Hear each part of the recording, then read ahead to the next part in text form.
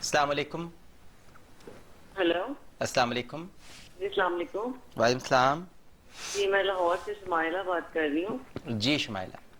ہاں جی آپ کو اور اویس بھائی کو بہت بہت شب برات کی رات مبارک ہو. جی آپ کو بھی مبارک ہو. جی اویس بھائی سے نا ایک فرمائش کرنی تھی. جی. گناہوں کی عادت چھڑا میرے مولا، یہ پلیز سنا کے جونسن اپنے پروگرام ختم کرنے. گناہوں کی عادت چھڑا میرے مولا. ہاں جی، اور ایک اویس بھائی سے ذرا بات کرنی ہے، ان سے ہو سکتی ہے جی بات؟ بالکل ہو سکتی ہے، آپ کیجئے. ہاں جی السلام علیکم اویس بھائی. جی وعلیکم السلام ورحمۃ اللہ وبرکاتہ. ہاں جی آپ کو ایک بات بتانی تھی. اس بات کو بتانے کے لیے نا میں نے آپ کی ویب سائٹ بھی سروے کی، لیکن مجھے آپ کا نمبر نہیں ملا. جی جی فرمائیے. میری بیٹی ہے چھوٹی، ابھی 1 سال کی نہیں ہوئی، وہ جب 15 دن کی تھی تب سے آپ کی نعتیں سن رہی ہے، اللہ اکبر. اور وہ سوتی ہی آپ کی نعت سن کے. آپ کی تو مطلب چھٹی نا. وہ آپ یہ سوچے کہ میں نے موبائل میں آپ کی نعتیں ریکارڈ کی ہوئی ہیں، سی ڈیز رکھی ہوئی ہیں، وہ ٹی وی میں لگے تو وہ اگر آپ اسے دیکھیں نا جھومتا ہوا، تو آپ امیجن نہیں کر سکتے کہ وہ اتنے سے بچے کو اتنی سینس کیسے ہوتی ہے کہ وہ کیسے جھومتی ہے. اللہ تعالیٰ اس کے جھومنے میں اس کی عادت ہے بچپن سے نعتیں سننے کی، اسے قائم رکھے. کیا نام ہے آپ کی بیٹی کا؟ زینب. زینب. دیکھیے نام ہی کا اثر ہے. نام ہی کا اثر ہے. وہ میں نے پوچھا زینب آپ کی بیٹی کا نام ہے، تو اس زینب کو اگر محمد کی لوری نہیں ملے گی تو پھر کسے ملے گی؟ اچھا میری والدہ کا نام بھی زینب ہے. ماشاء اللہ ماشاء اللہ. تو زینب کو ہی تو ملے گی محمد کی لوری. اب دیکھیں نا، نبی کریم صلی اللہ علیہ وآلہ وسلم کے نام اقدس کی لوری جسے مل جائے، جس کے کان بچپن سے ہی ان کا نام سننے کے عادی ہو جائیں. اچھا اس حوالے سے عامر بھائی میں ایک بات کہنا چاہوں گا ناظرین سے. جی. پہلے وقت میں جو عورتیں تھیں، جو مائیں تھیں، وہ جب بچوں کو سلاتی تھی تو وہ قرآن پڑھا کرتی تھی، وہ درود پاک پڑھا کرتی تھی. جی. یہی وجہ ہے کہ بچوں میں بھی اس کے اثرات ملتے تھے. لیکن آج بالکل دین سے دوری ہے، اور ماں بچوں کو سلاتی ہے تو الٹے سیدھے گیت گا کر یا کیسٹ لگا کر کسی گلوکار کی، اور جب بچے کو وہ فیڈنگ ہوتی ہے تو اس وقت بھی کوئی لحاظ نہیں رہتی، مطلب کہ حالانکہ جائز ہے بغیر وضو کے بھی، لیکن پہلے کی جو عورتیں تھیں وہ با وضو ہو کر اپنے بچوں کو دودھ پلاتی تھیں، تو اس کے اثرات بھی نظر آتے تھے. کئی واقعات ایسے ہیں کہ کئی ہمارے بزرگ ایسے گزرے ہیں جو ماں کے پیٹ سے 15 قرآن کے حافظ تھے، کیونکہ والدہ 15 قرآن کی حافظہ تھی ماشاء اللہ. اور وہ پیٹ میں یاد کر رہے تھے. سبحان اللہ. اللہ کے ایسے ولی گزرے. جی جی. تو میں یہ عرض کروں گا کہ آج کی والدہ پتہ نہیں کیوں اس قدر دور ہو گئی دین سے، اور اولاد نافرمان ہوتی ہے تو پھر رونا روتی ہیں کہ ہماری اولاد بگڑ گئی.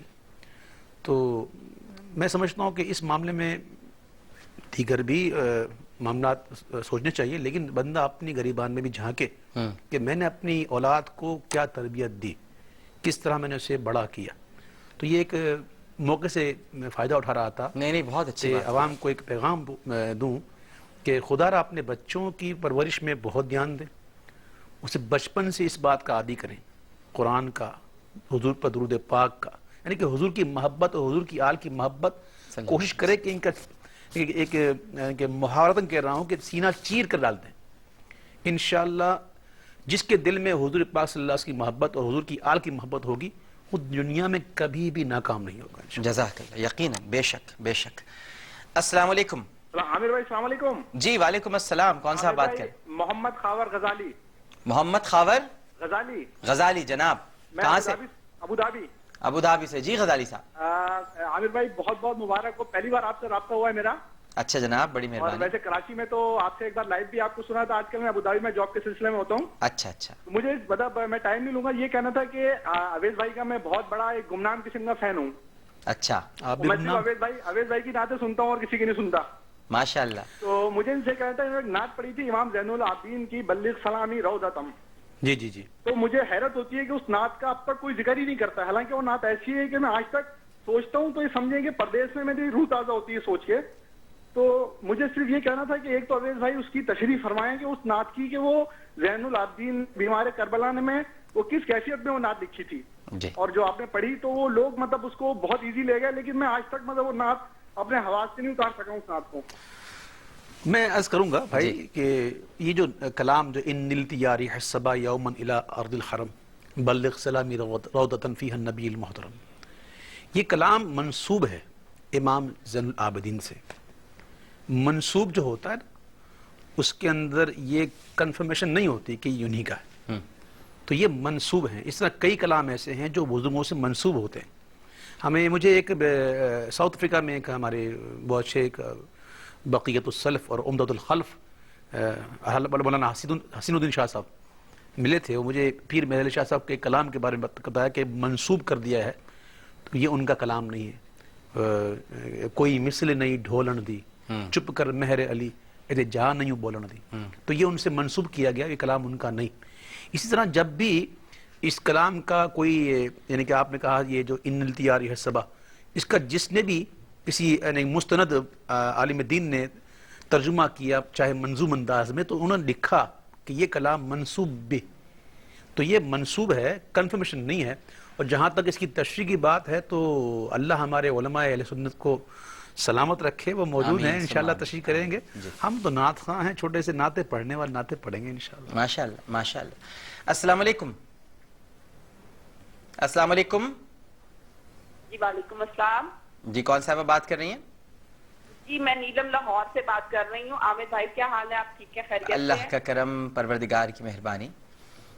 عامر بھائی میں ابھی 15 دن پہلے عمرے سے ہو کے آئی ہوں، لیکن میرا پہلی دفعہ جانا ہوا تھا، اب میں آ گئی ہوں۔ میری کنڈیشن ایسی ہے، ابھی جو میں نے اویس بھائی کی جو نعت سنی ہے، آپ یقین مانے کہ ادھر بیٹھ کے مجھے ایسا لگ رہا تھا میں مدینے میں ہوں، میں مکہ میں ہوں۔ الحمدللہ۔ بس میری دعا کیجیے گا کہ اللہ پاک مجھے دوبارہ پھر اپنے روزے پہ نبی پاک صلی اللہ علیہ بس وسلم کے اب روزے پہ- آپ جو واپس آئی ہیں اور آپ کی جو کیفیت ہے نا، جو آپ آئی ہیں واپس اور کیفیت ہے، میں ابھی اویس بھائی سے کہوں گا 2 اشعار ضرور سنا دیں، ہم مدینے سے اللہ کیوں آ گئے، یہ سنا دیجئے۔ بڑی مہربانی، بہت شکریہ۔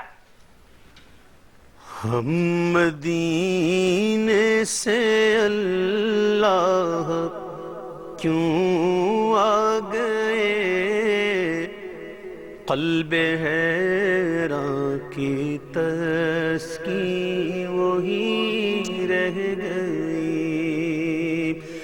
ہم مدینے سے اللہ کیوں آ گئے، قلب حیراں کی تسکین وہی رہ گئی، دل وہی رہ گیا، جاں وہی رہ گئی، دل وہی رہ گیا، جاں وہی رہ گئی، خم اسی در پہ اپنی جبیں رہ گئی، خم اسی در پہ اپنی جبیں رہ گئی۔ سبحان اللہ، ماشاءاللہ ماشاءاللہ۔ اچھا اویس بھائی یہ بتائیے کہ آپ کے رمضان ماشاءاللہ وہاں پر گزرتے رہے، الحمدللہ رب العالمین۔ تو جب آپ وہاں رمضان گزارتے ہیں اور وہیں کے روزے ہیں، وہیں کی افطاری ہے، تو ویسے تو ظاہر ہے کہ ہر مسلمان کے اپنے جذبات ہوتے ہیں، اور عاشق رسول اگر وہاں پہنچ جائے، ان گلیوں کا مسافر ہو جائے اور ادھر ادھر اس کا جانا ہو تو خیر اس سے کیا پوچھنا، لیکن جب آپ وہاں افطاری کرتے ہیں، خاص طور پر مدینے کی افطاری جب آپ وہاں پر کرتے ہیں اور سامنے گنبد خضرا ہے، وہاں صحن میں آپ موجود ہیں، باب جبرائیل ہے، افطاری ہے، وہاں پہ سب کو کھجور رکھ دی گئیں، اب افطار کا وقت ہو رہا ہے، ایک ایسا سوال عقیدے کا سوال ہے، افطار کا وقت ہوا